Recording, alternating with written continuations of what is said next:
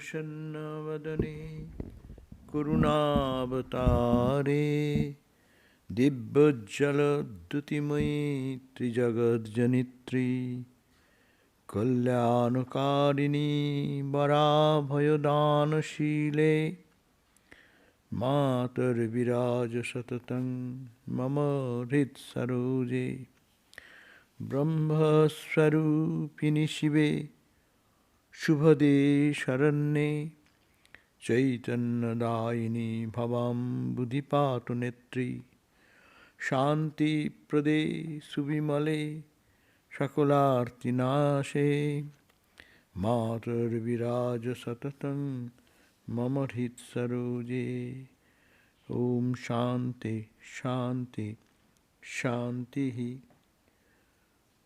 O Goddess, with a gracious smile, O Avatar of compassion, you shine with divine glow.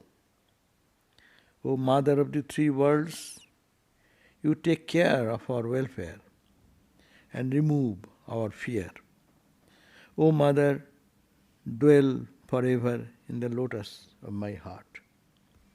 O embodiment of Brahman, most beautiful and auspicious one, our refuge, you grant spiritual awakening and take us across the ocean of this world. You are purity itself, the granter of peace and the destroyer of misery. O Mother, dwell forever in the lotus of my heart. Om peace, peace, peace be unto us all. After yesterday's wonderful celebration of Mother, we are thinking today how to get out of the bondage of life and its suffering.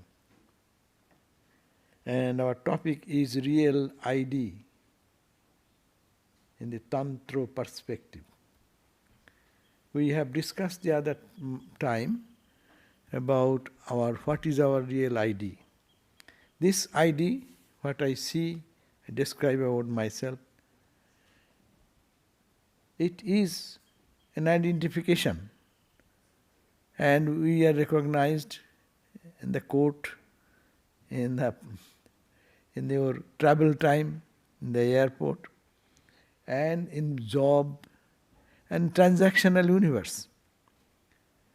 But this ID is so much changing, so much transforming. It cannot be my real ID.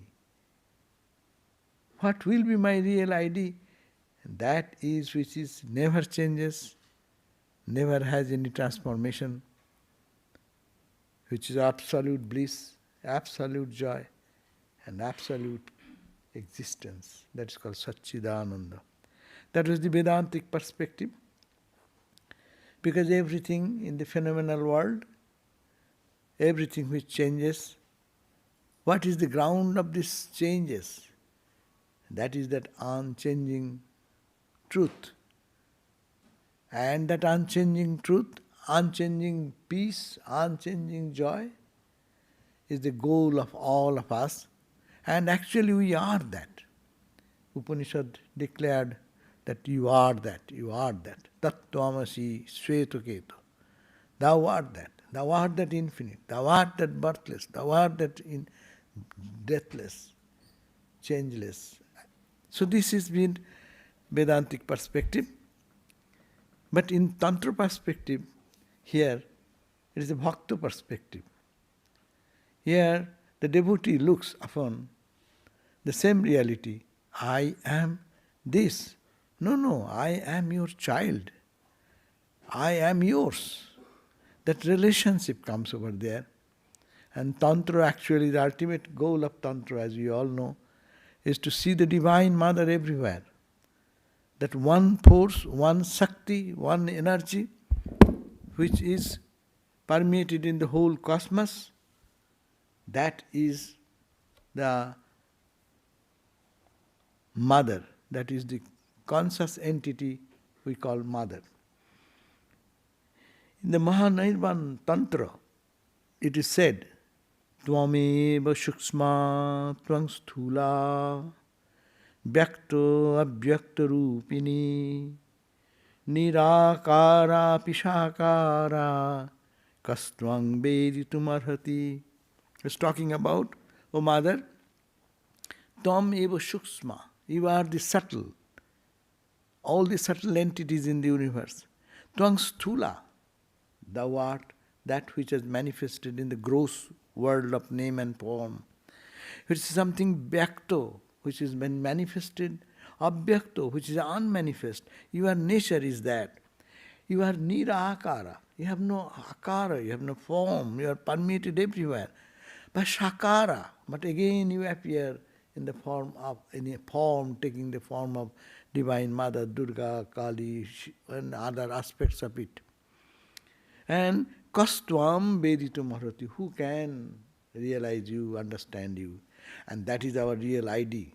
We belong to Mother, and we are that. We forgot that, and we think we are separated. As you know, as the gross example is that when the baby is born, everything belongs to Mother. No, baby has no identity. Everything is Mother. But baby grows and becomes little elderly, adult. Then mom says, now you are adult, get out. And roam around in the world and experience your fun and joy and suffering and pain. But earlier, it is all Mother's responsibility. All fun, joy, suffering, pain, everything is Mother. Mother suffers more than the baby suffers. So that type of surrender, total surrender, feeling that it is all Divine Mother. So that is the purpose of the Tantric perspective of looking at the world. The whole universe is hers. It is she who has become Vyakto and Abhyakto. She has become God, she has become angel, and she has become the vilest person to the most holy person. It is she who is playing in all these roles, and it is nothing but that absolute truth. And that, to reach that goal is our purpose. We find that this worship needed for the Shakti. This is the Vedantic perspective we know, but in all the earlier history we find that this worship of Shakti was prevalent in Vedic period. As we find in the Rig Veda, the reference of the Devi Shukta and Ratri Shukta, there is definite proof that this prayer for the Divine Mother was prevalent that time, and people used to worship God as the Divine. Ratri Shukta of the Sama Veda also gives the validity of that proof. And we find in the Devi Bhagavat that Mother Divine is existing in every created being as a Shakti, as a power, and as the inmost self of everyone. And when any created being becomes powerless, we call it shava or corpse. It goes back to that state of non-functionality. Action, when action comes manifested, we call life, we call existence. When that merges back into the source, then it becomes functionless, niskriya, actionless.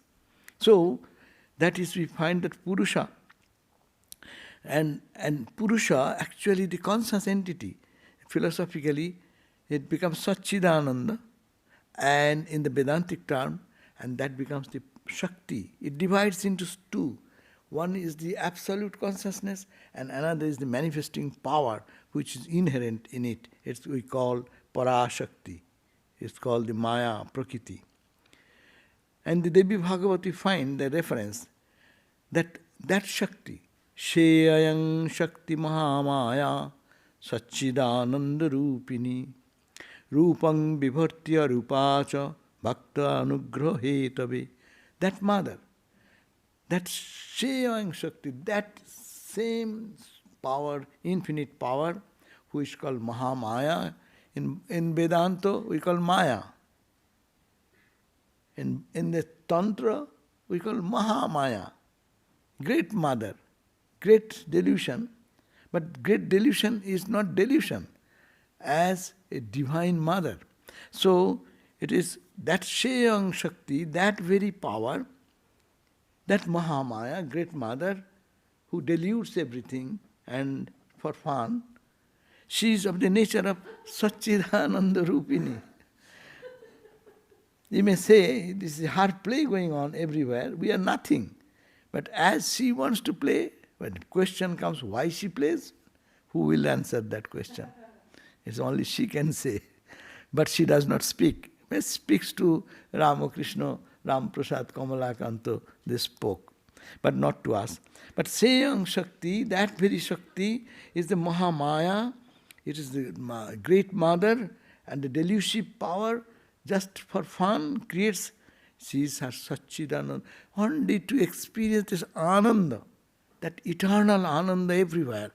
She plays to give us joy. Even mom plays with the child, no? In different costumes, different, what you call the appearances, just to make fun with the child. Sometimes child gets frightened, sometimes child smiles. So see, this is her play going on. It is, we cannot justify why, what, one. So who will say that it is she is by her own volition, she plays in her own role. So that is Satchidananda Rupini. That means it splits into two. One, the Satchit Ananda Sarupa, that's permeated everywhere, that is seen, Rupam Vibharti. She takes a form sometimes.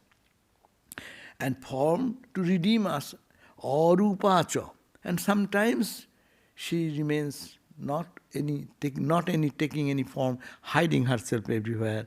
It is only, all this play are going on, Bhakta Anugraha Hetabe, to only please or to have fun with the Bhakta devotees. But fun is not fun.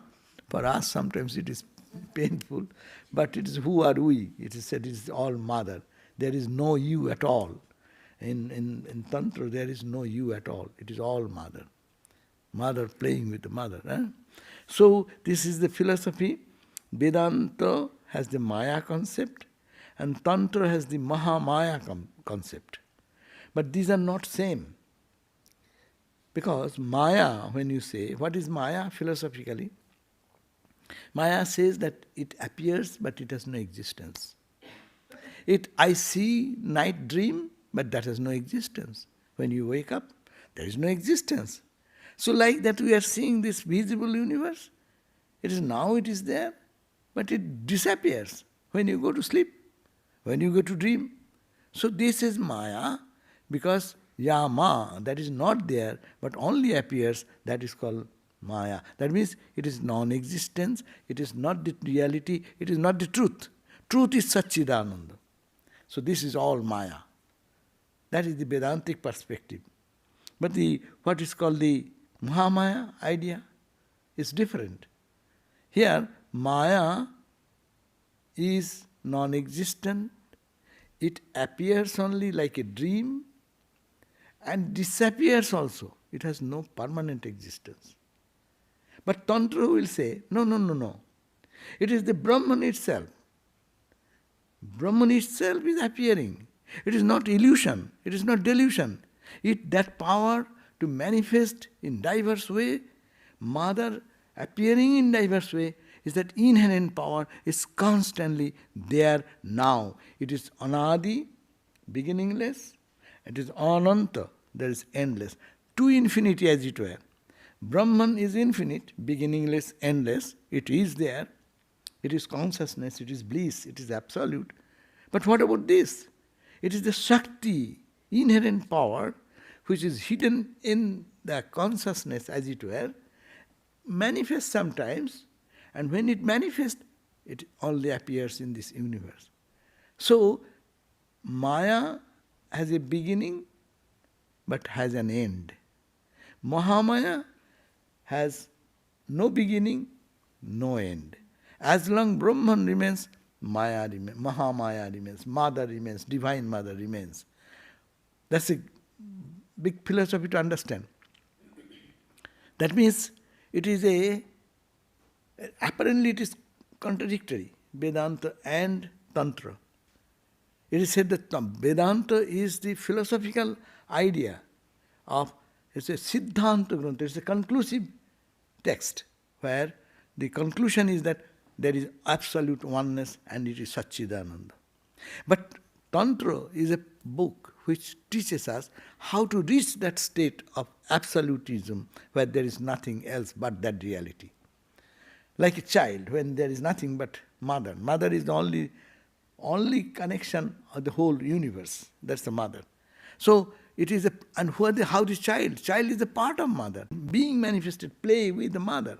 So interaction is, so it is all interplay of one consciousness, one absolute appearing and not appearing. It is just a play of great mother we cannot conceive through our senses, through our perceptions.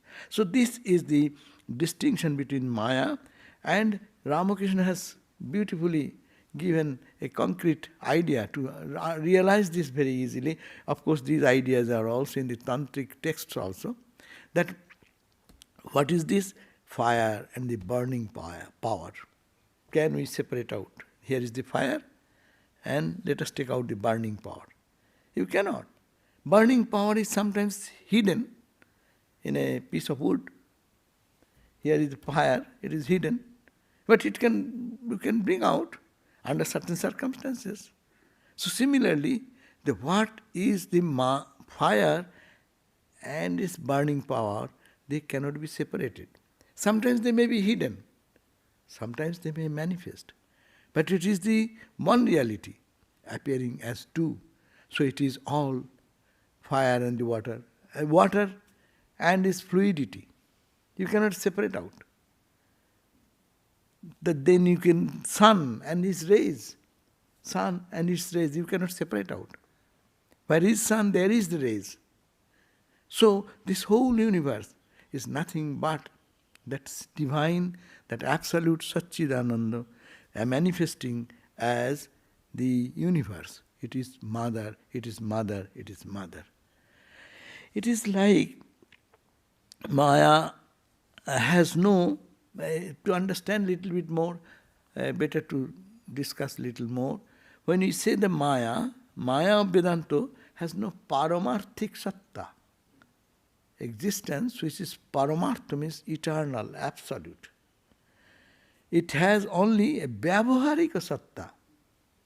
Vyavaharika means phenomenal universe. One is in our day-to-day transactional universe, that has a transactional use. But in ultimate sense it is not there. When one mind goes into samadhi, where goes this transactional world? Even when you go to deep sleep, where goes our transactional world? We talk about this so much and we really so much ingrained into it. We suffer, we cry, we weep, we rejoice. Where does all these things vanish? That's why this transactional universe, that is only our usage with that. That's why it is not permanent, it is not true, it cannot be accepted as reality. But Mahamaya is in Tantra, is called Brahmamayi. They're beautiful term. Ramakrishna sometimes used to cry and he would say, "Oh Brahmamayi, will you not show your divine form?" So Brahmamayi, she is Brahman personified, as it were, to redeem us, take some form. And is there, that is Trikala Abadhita, Satta Rupini. That means Trikala, 3 periods of time, past, present and future. You cannot think of one moment that Shakti is not there. It is all the time there. That means as long as Brahman is there, so long as the Shakti is there, that's the Mahamaya is there. That is the philosophy of the Chandi. They are not contradictory, Vedanta and Tantra. Vedanta is the scripture which gives the conclusive knowledge of the ultimate reality. That's called Siddhanta. Siddhanta means conclusion. And Tantra is a scripture of spiritual practice to reach the Vedantic conclusion. That's called the sadhana shastra. The sadhana. We do this spiritual practice. So that it is not contradictory, rather it is complementary. That's why we find that Shankaracharya's great statement, and look at that, Brahma Slokardhena, when he was asked, can you talk so, you wrote so many books and things, can you give us a concrete, concise some statement? I understand that. He said, yes, Slokardhena Prabhakshami. I will tell you in a half a slok. One slok means maybe 4 lines, maybe 2 lines. But half a slok, I will tell you the cream of the entire Vedanta. Slokardhena Prabhakshami. Jaduktam, which has been said, Grantha Kativi, in thousands and thousands of spiritual texts, it has been mentioned. What is that? Very simple word. Brahma Satyam, Jagat Mithya. This is the first part. Vedanta. Brahma Satyam, Brahman alone is true. Jagat, this phenomenal universe, is mithya, is non-existing. It has no entity at all. It does not exist. Next, Jiva, Brahma eva napara. Here comes Tantra. Jiva, individual soul, we are, anything created in the universe, this Jiva, is Brahman eva. It is only Brahman. I am seeing Brahman. That, how can you see Brahman which is nameless, formless, and without any times, and within the time, how can you see that Brahman? No, Jiva, nothing but Brahman. Jiva Brahma eva. No opera. There is no other existence but that Brahman only. See how the conclusion of both leading to the same. Even Shankara is talking.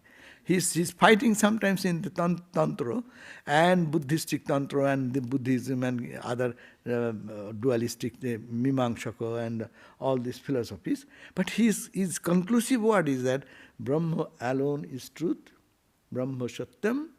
This Jagat you see, Vyavaharika, phenomenal universe, is Mithya.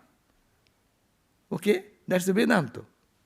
Say, this is Mithya, this is wrong, this is not, non-existent. No? And go.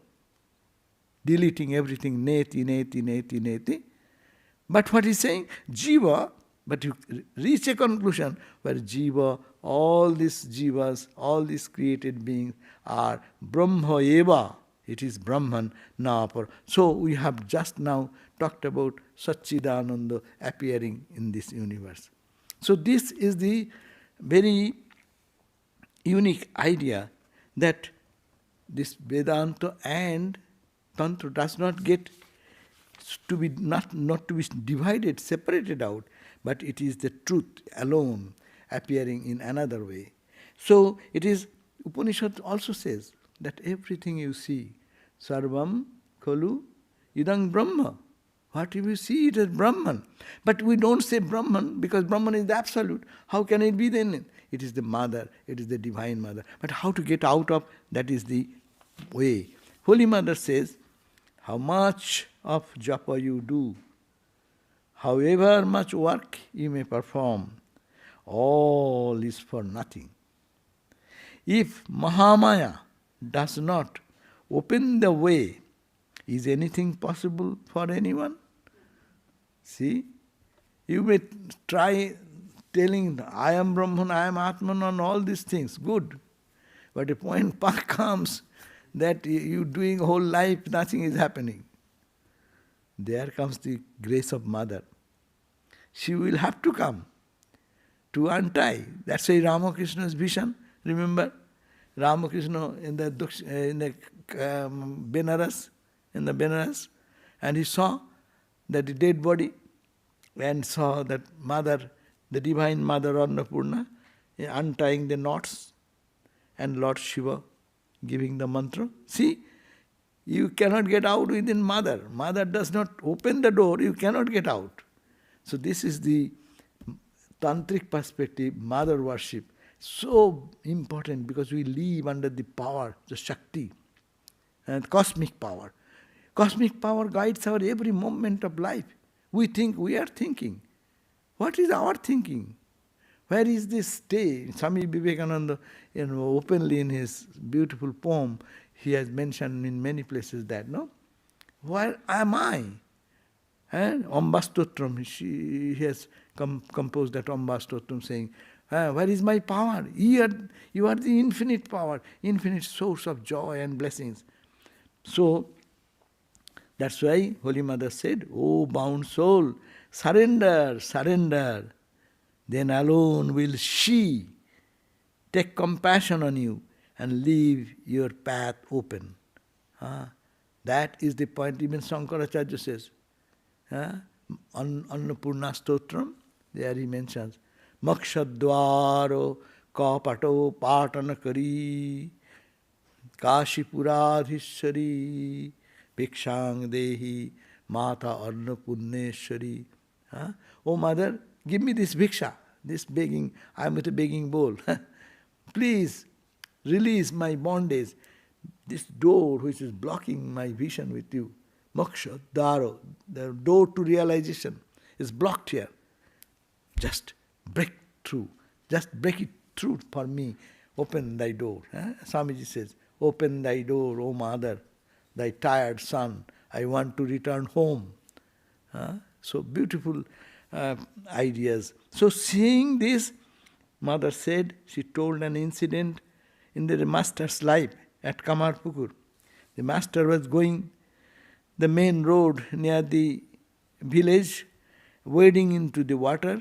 Many fish accumulated. People were beating them to death with sticks and collecting.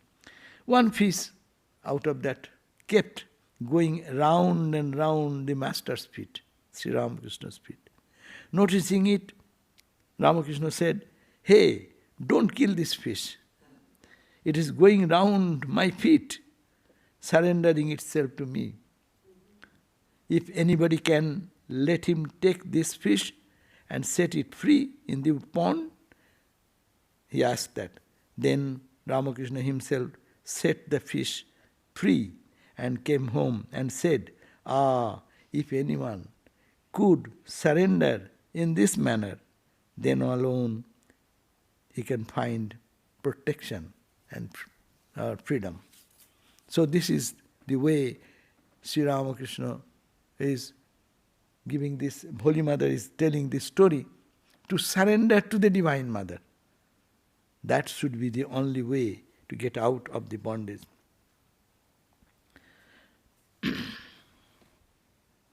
Sri Ramakrishna, I will read a few lines from Sri Ramakrishna.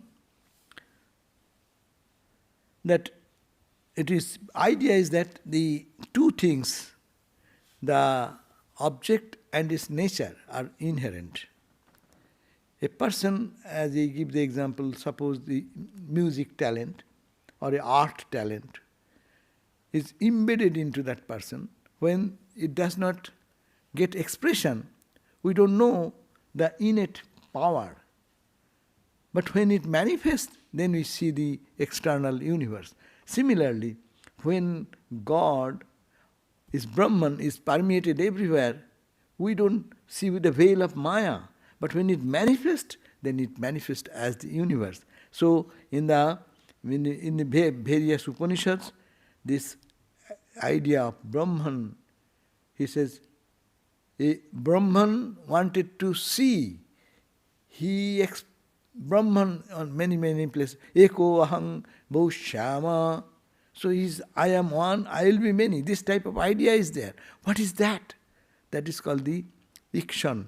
Ikshan means just I want to be many, I want to see myself. That idea is mentioned. But seeing or glancing or desire to be many is described as the power. In many Upanishads it's pair. The Jnana Shakti, Ichha Shakti, Kriya Shakti. Jnana means first the knowledge. I will be many. That type of knowledge comes in the mind. And then that mind, that fine thought becomes manifested desire, strong desire. And when the strong desire comes, then it comes to the action. So, jnana, knowledge, ichha, desire, and kriya, the action. This is the way of manifestation into the world. The many Upanishad mentions about Brahman. When they try to describe this world, they mention this word. Woodruff described it as creative imagination. That is, the creative imagination of Brahman is that mother, is this universe.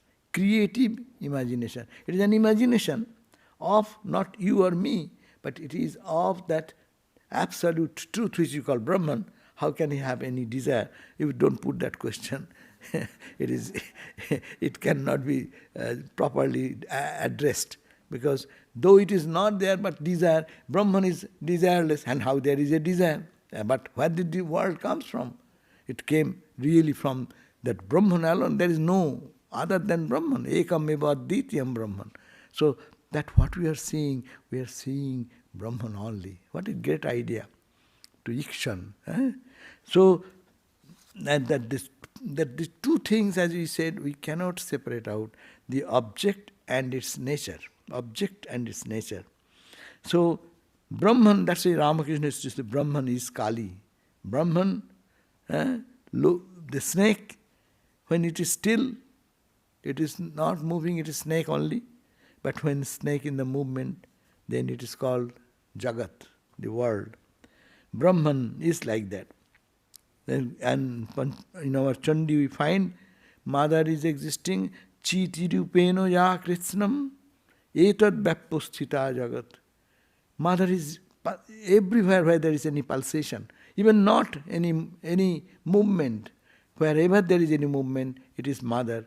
Wherever there is not any movement, that is also Mother. In the static and the moving object of the consciousness, the primordial Shakti pervades the entire universe. In the Shakti Sutra it is said, Chitihi Satantra Vishwa Utpatti Hetu. Chitihi, that consciousness, is independent in its own existence. It is the cause of the appearance of this entire cosmos. The power of consciousness is the cause of creation of this universe.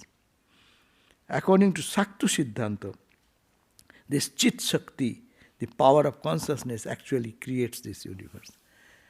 According to them, this universe is created by the Chit Shakti, the power of this consciousness. Sri Ramakrishna talks about that very beautifully. We'll try to understand through his words. Sri Ramakrishna said, the Gyanis who adhere to the non-dualistic philosophy of Vedanta say that the acts of creation, preservation and destruction, the universe itself and all its living beings are the manifestation of the Shakti. Shakti means here the divine Maya. If you reason out, you will realize that all these are as illusory as dream. Brahman alone is the reality, and all else is unreal. Even this very Shakti is unreal, unsubstantial, like a dream to the Gyanis. The Jnani think that this is whatever you see, even your vision, even your mind is soaring high into level and you are having God vision, these are also Maya. This is also non-existing. According to Jnani, from here to Avatar, the incarnation, Christ, Buddhas, they are also under Maya. So it is not ultimate, it is not the reality. So it is not important for the big Jnanis. And that's why they fall into trouble. We see that Totapuri fell into the trouble, no? Totapuri was seeing the transcendental reality only. It is only consciousness, nothing but. And he has attained to Nirvikalpa Samadhi, where transcending all this, not this, not this, not this, not this, that is the truth. And he was established in that truth in that level. But transactional universe, what is this? Oh, it is all illusory. All illusory, but you have hunger. All illusory, but you have your pain. He has the big pain, called stomach pain. And that's why then you have a desire to kill yourself. You have the suicidal tendency also. It is nothing not existing, but it is existing that way. How to solve it? And you have the desire to dive and kill yourself in the Ganga. No? And you started walking there. It is all Maya.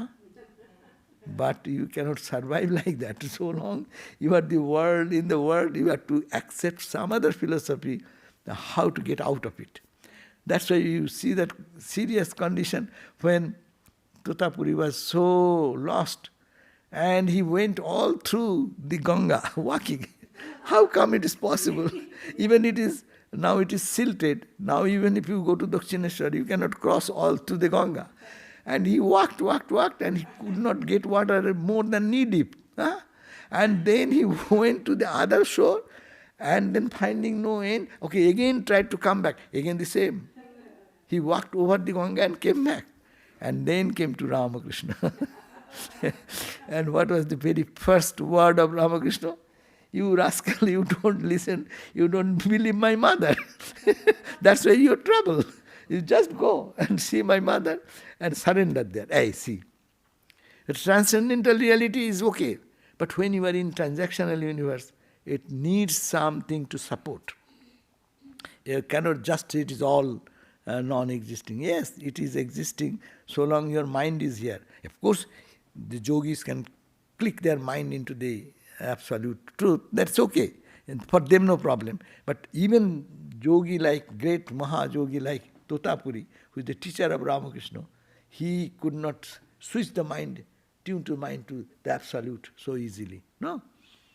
That's why he has to go through this ordeal of getting to, and to accept. Then he saw the beautiful vision, no?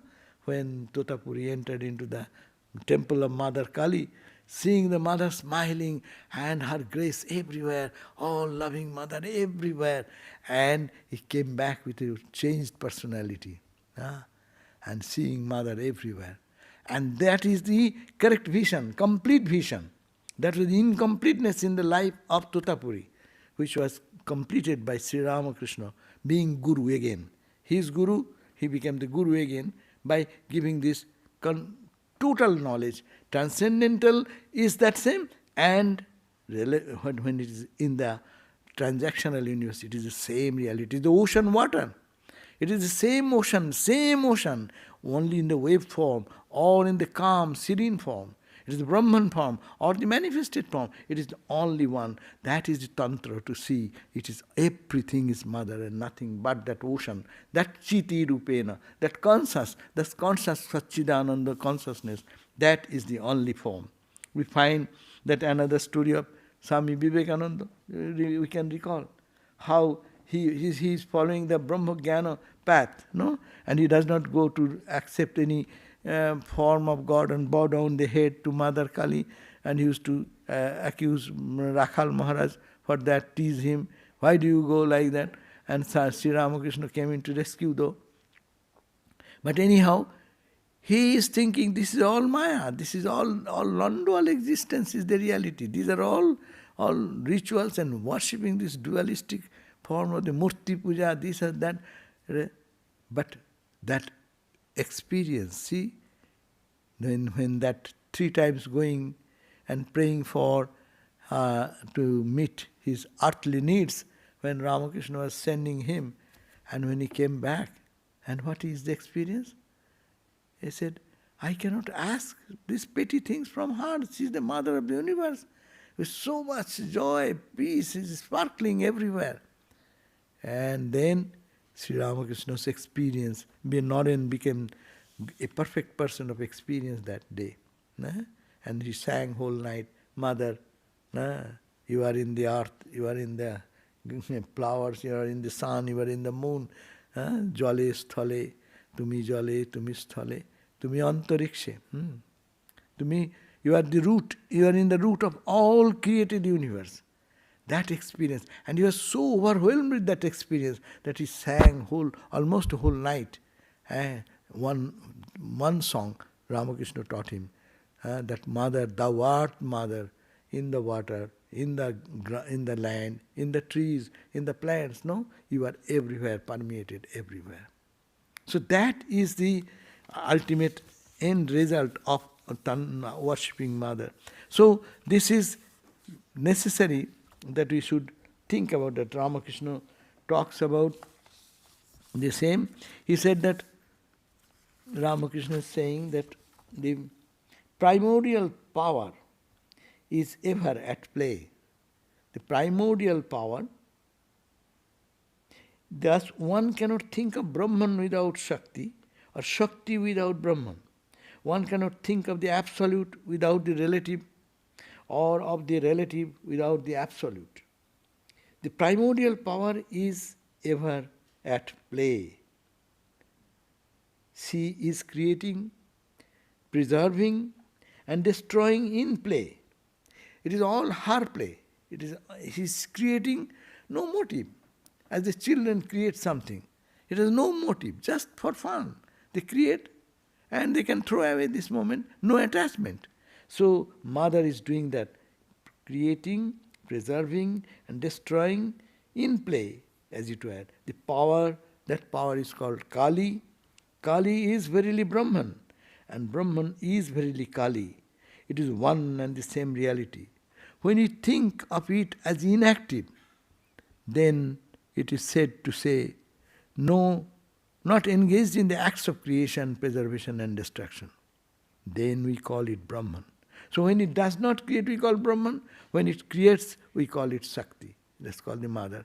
But when it engages in these activities, then we call Kali or Shakti. The reality is one and the same. The difference is in the name and form. So it is one and the same Satchidananda. Only you say manifested as Shakti or not manifested in the transcendental realization of Samadhi, and with eyes open, seeing this transactional universe filled with that consciousness. What a grand success of any spiritual journey, to close the eyes and see the divine and getting absorbed there, and with the eyes open, see the same reality manifesting as a play of the Divine Mother. And he gives the example like the water called in different languages. Now, Keshav is putting a question. Sir, in how many ways your Kali, the Divine Mother, sports? He says, oh, she plays in different ways. It is she alone who knows as called as Mahakali, Nitya Kali, Smashana Kali, Raksha Kali, Shama Kali, and he describes the purpose of these different forms. Says as Mahakali and Nitya Kali are mentioned in the Tantra philosophy. When there were neither the creation nor the sun, the moon, the planets and the earth, and when darkness was enveloped in darkness, then the Mother, the formless one, Mahakali, the great power, was one with the Mahakala, the absolute. What a grand Sri Ramakrishna's words, no? Powerful. This is Mahakali. What is Mahakali? Mahakali is that when there is no stars, no moon, no stars, no earth, no creation. It's only the absolute. And there is the formless one. And it was one with the Mahakala. That's why Mahakala is the great time, where time stops.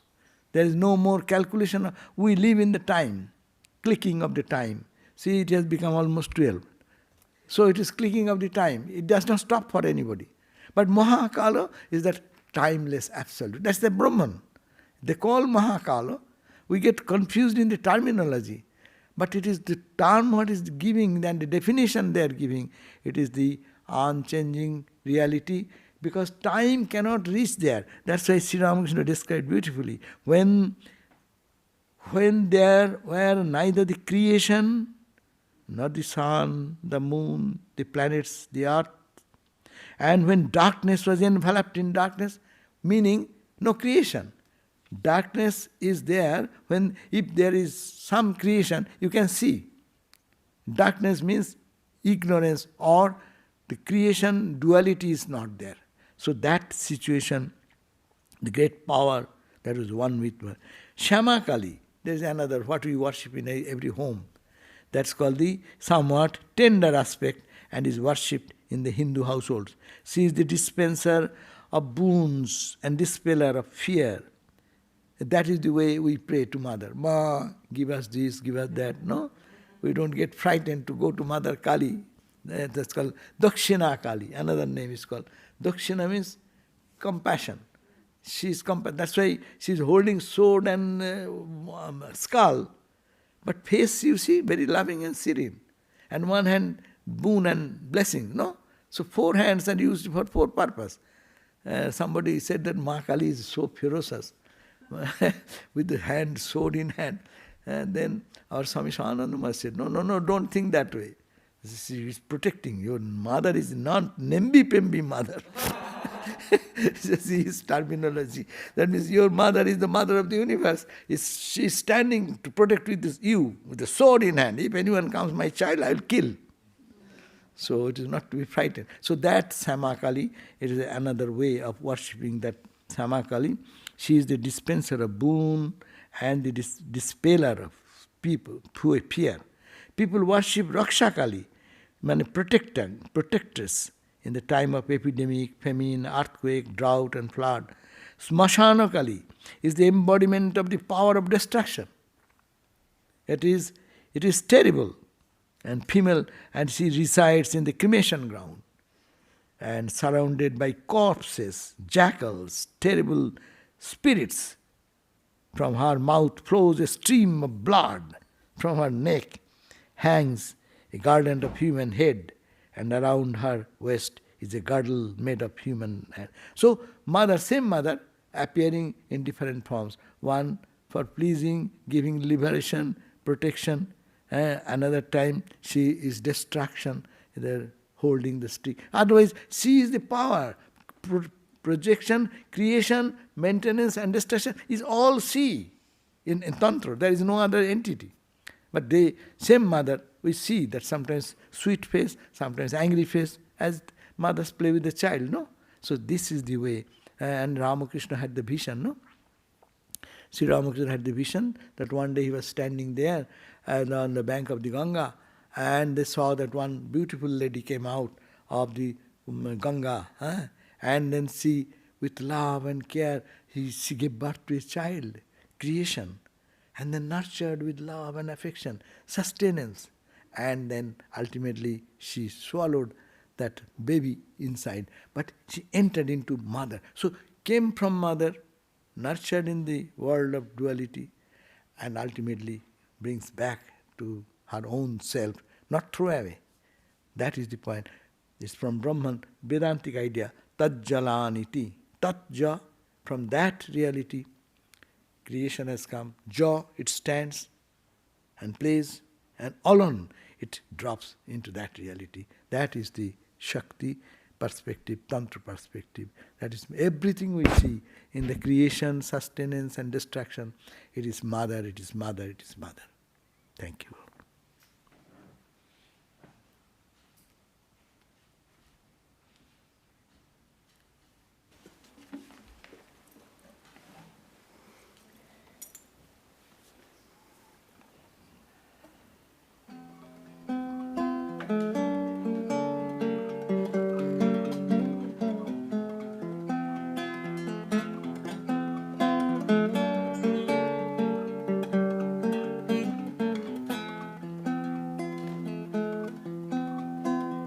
I offer you this day, I offer you tomorrow, I give to you my joy, pray you take my sorrow, I give to you my weakness, I give to you my strength, I give to you the thoughts that I do.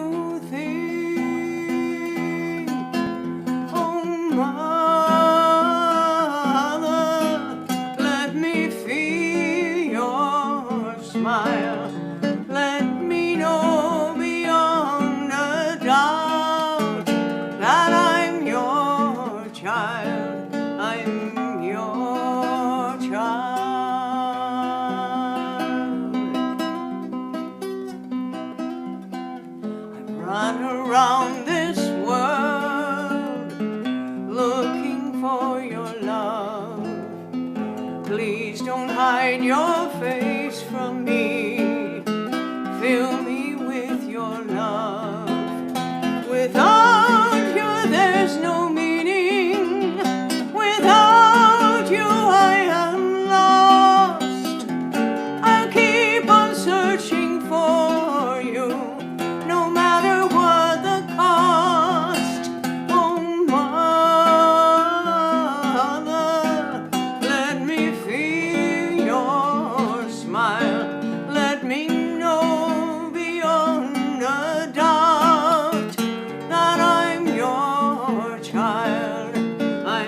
your child.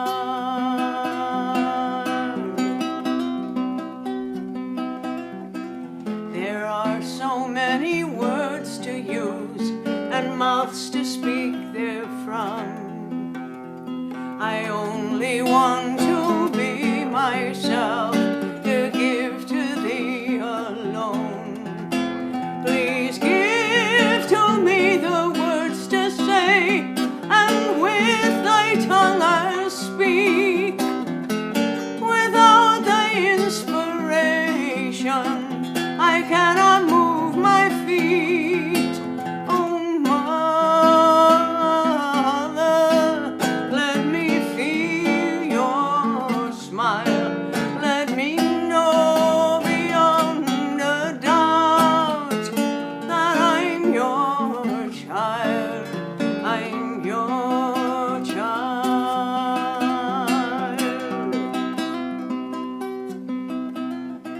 I offer you this day, I offer you tomorrow.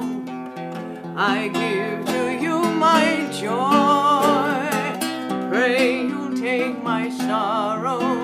I give to you my weakness, I give to you my strength, I give to you the thoughts that I do think. Oh, mother, let me feel your smile. Let me know beyond all doubt that I'm your child. I'm your child.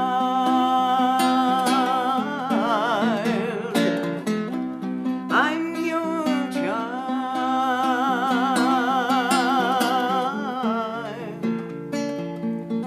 I'm your child.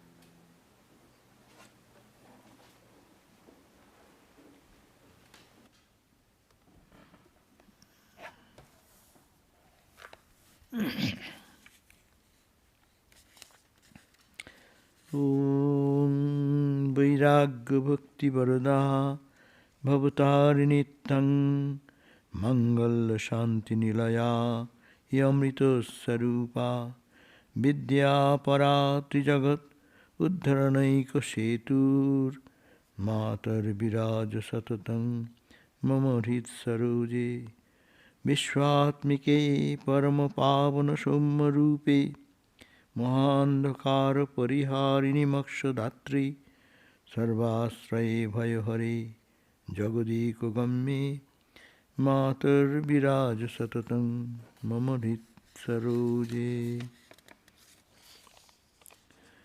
All living goddess, a living goddess filled with Ramakrishna, you are the realization of his essence. You are none other than he. You are the light and energy of the Ramakrishna flame. O Mother, dwell forever in the lotus of my heart. You are the enlightenment that brings the joy of existence, consciousness and bliss. Ruler of the universe, protector of the devotee, you bring the ultimate fulfillment. O Sri Sharada, your divine form sanctifies the earth. O Mother, dwell forever in the lotus of my heart. Om, peace, peace, peace. Oh, and the announcement is tomorrow, Sandhi Puja. It's a special period, it's a junction between the 8th day of the mother appearance and the 9th day. The Mahishasura, the demon, was creating trouble, so she had to come down and she was fighting. But she is so powerful, she is always changing his own form, one form to the other form, other form. You kill and he takes another form. Or our desires. You kill one, it comes in another form. You kill that desire, it comes from another way. So the demon was never killed. But that is the time, 4:13 p.m. to 5:01, that will be around 48 minutes. This is the period is said that the demon was killed during this period. So our demons may be killed. So that's why let us chant the mantra, Jai Sri Durga. You may be here, or if you cannot come, then you can do at your home also. 13 past 4 to 5:01. That is the period of chanting. And October 8th there will be Gospel of Ramakrishna. And Sunday lecture will be next Sunday lecture by Prabhupada Krishna Prana. We will be talking about monastic life. Work is worship. And then we have a big day, October 15, Sarvada Convent 75th years of anniversary, Diamond Jubilee program. It will be starting at 10 o'clock to 4 o'clock. It will go continuously. You will enjoy it. There will be some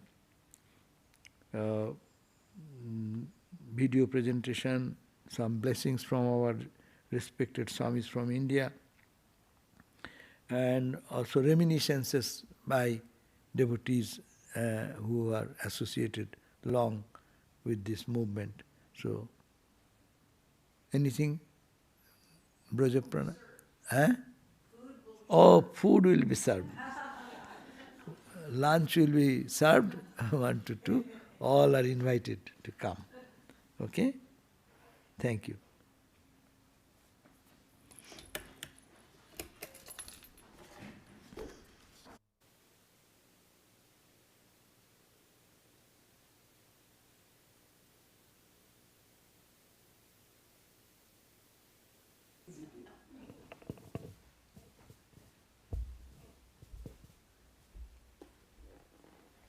So,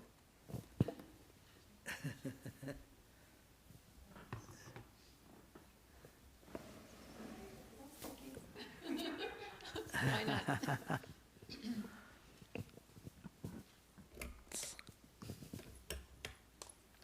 Okay.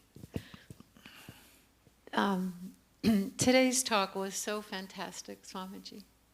Thank you. And clarifying the difference between Vedanta and its Advaitic conclusion of transcendence and the Tantric conclusion of immanence, or in Buddhism we would say the emptiness versus the fullness. But where I trip up when we are in the Tantric understanding of seeing Mother in everything, I still stumble between what is sentient and insentient. there is no such thing at all. Exactly. And why are we so fixated? It's easier to see Mother in what is cognizant, in what has intelligence.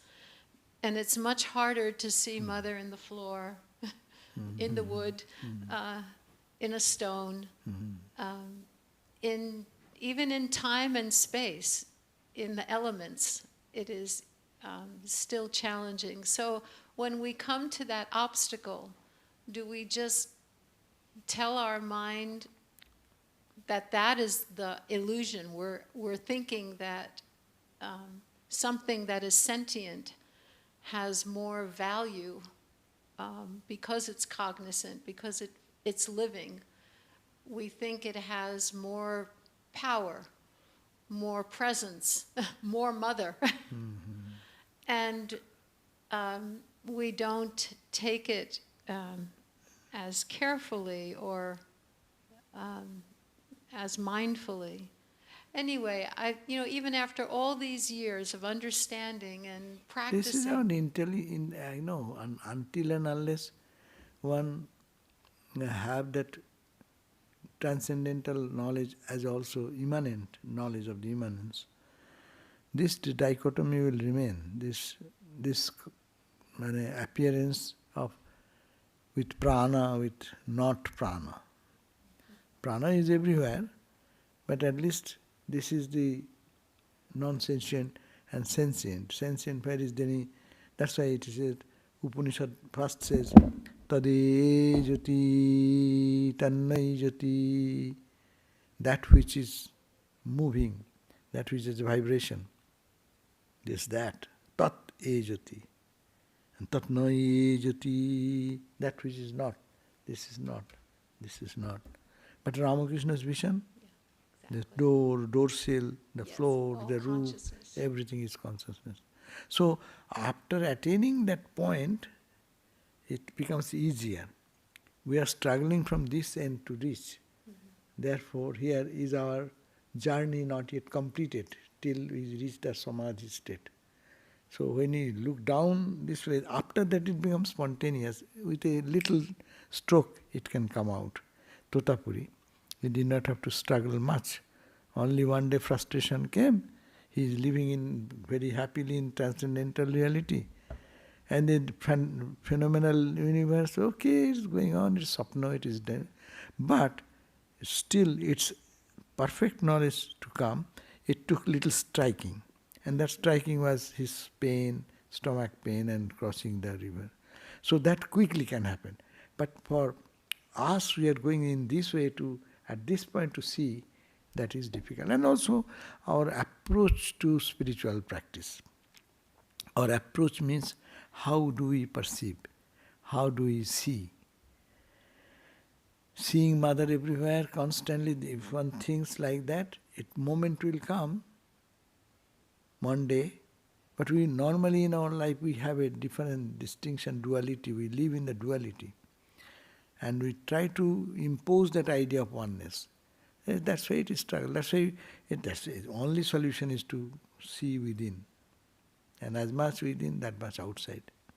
But even if we are given a glimpse of that truth, glimpse of that. Even though that blessing may come, the persistence of the duality is so much stronger until that glimpse becomes stable realization. This is just, anyway, it outweighs it. Right. Like that's why you see that Maharaj, Swami Brahmananda, he was doing so much austerities. He was asked, why are you doing so? Because Ramakrishna has given you all this experience. But yes, he has given, but I am making it my own. Someone has given me, momentarily I felt that joy, but to know that it is something mine, I can live any moment in that consciousness. So that's why sadhana more intense. And Maharaj did so much, that's why he became a dynamo of spirituality. And everyone, whole Mahapurush Maharaj, Akhandananda Maharaj, they used to respect him as what? In a great high level. Next to Thakur, they used to think him.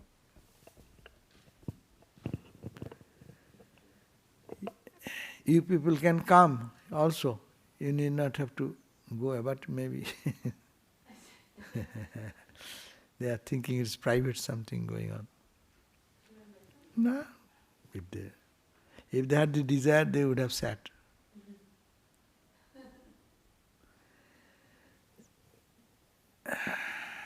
Okay, so we can meditate today. Very good.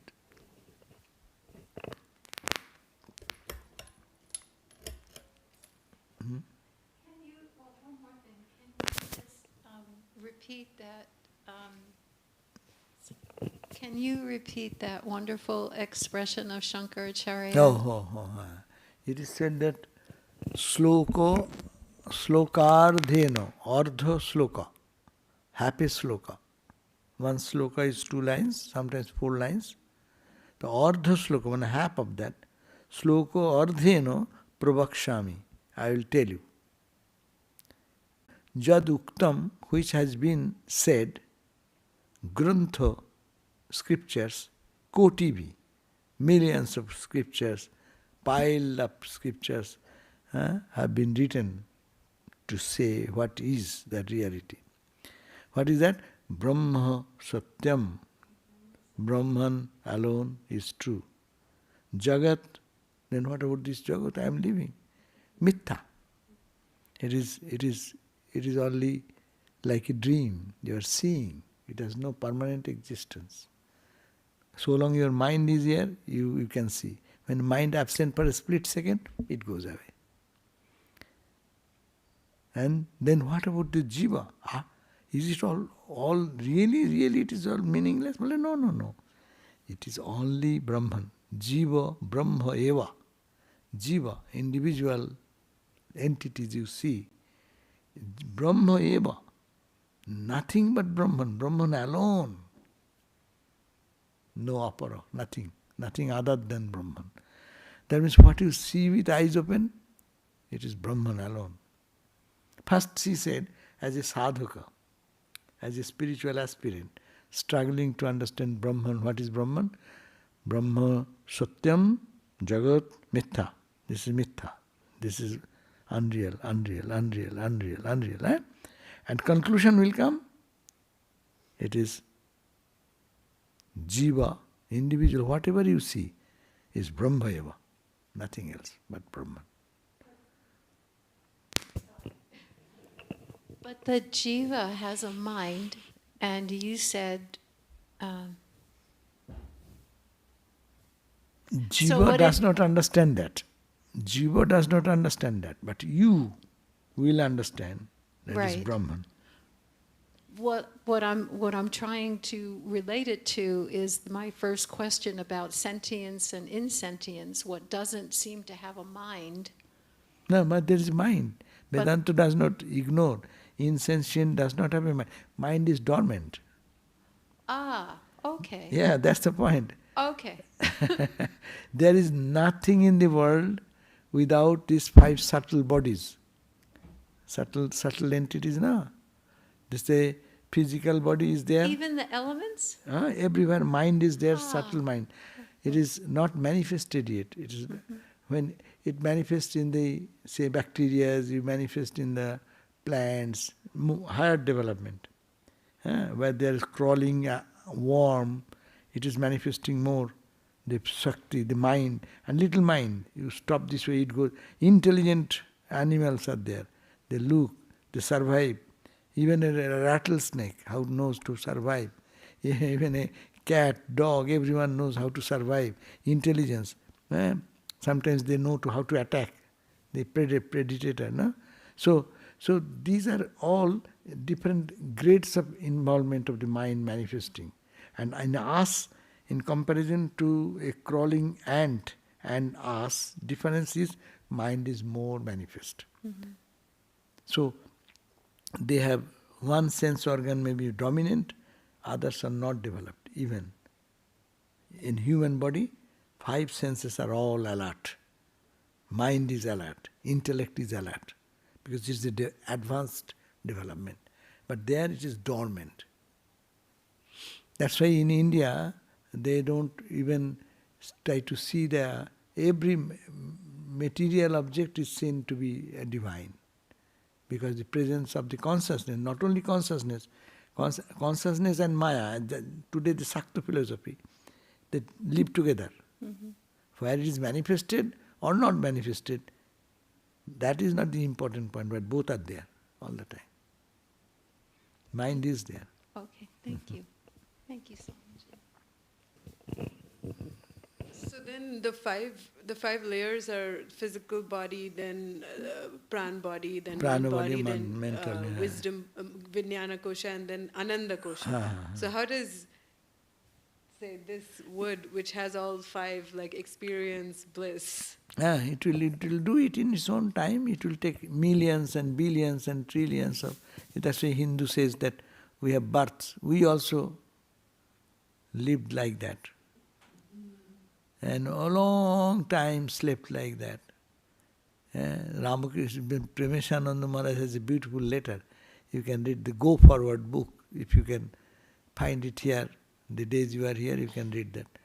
Here he says, he wrote me that one letter, that you are born, you have forgotten your lives in the past. He's talking about the history of evolution. She was born as a tree. There is life, there is sensation. Now science says, but before Jagadish Bose, Mr. Bose, the plant has no life. They didn't recognize. Now they recognize plant has a life. You take a sword, it has a vibration. One type of emotion is expressed there. You try to touch and lovingly say, I say, one sadhu used to do. Then while trimming the trees, you are cutting, no? She used to say, I am, my dear, don't mind, I'll try to beautify you. So please bear with me. And then he starts trimming. There is prana, there is mind, little developed. And he said, and you are born, and then from your tree branch, one axe was made. An axe was held by Parashurama, Avatar, God incarnated as Parashurama. Getting his touch, then you get a higher next development like that. He basically, poetically has said, that is the human evolution. That is and this life, you have been born as a human being with all these potentialities. So try to manifest them. That means everything is, because it is Satchidananda, nothing else. Somewhere the power is manifested, somewhere not manifested. This entire entity will be the same thing. The ground of everything will be same. Just as a follow-up, so if I eat a piece of food, and then when I eat it in my body, it gets absorbed by my body. So then it becomes a part of my physical body, and does the food become blissful then, because it becomes a part of it? No, all these are physical things, ultimately become transformed into one form to the another, from one form to another. But all the forms are the same, essentially the same.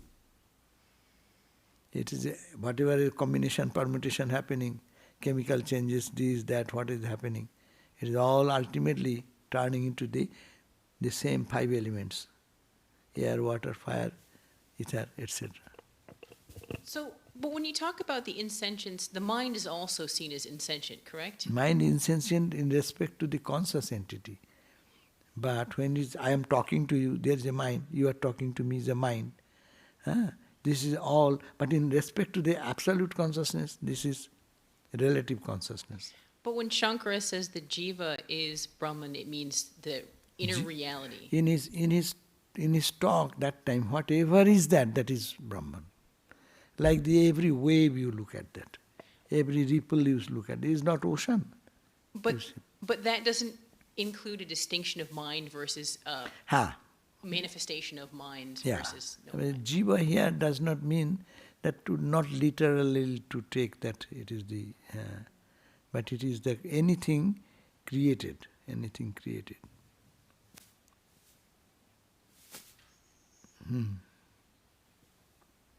Okay.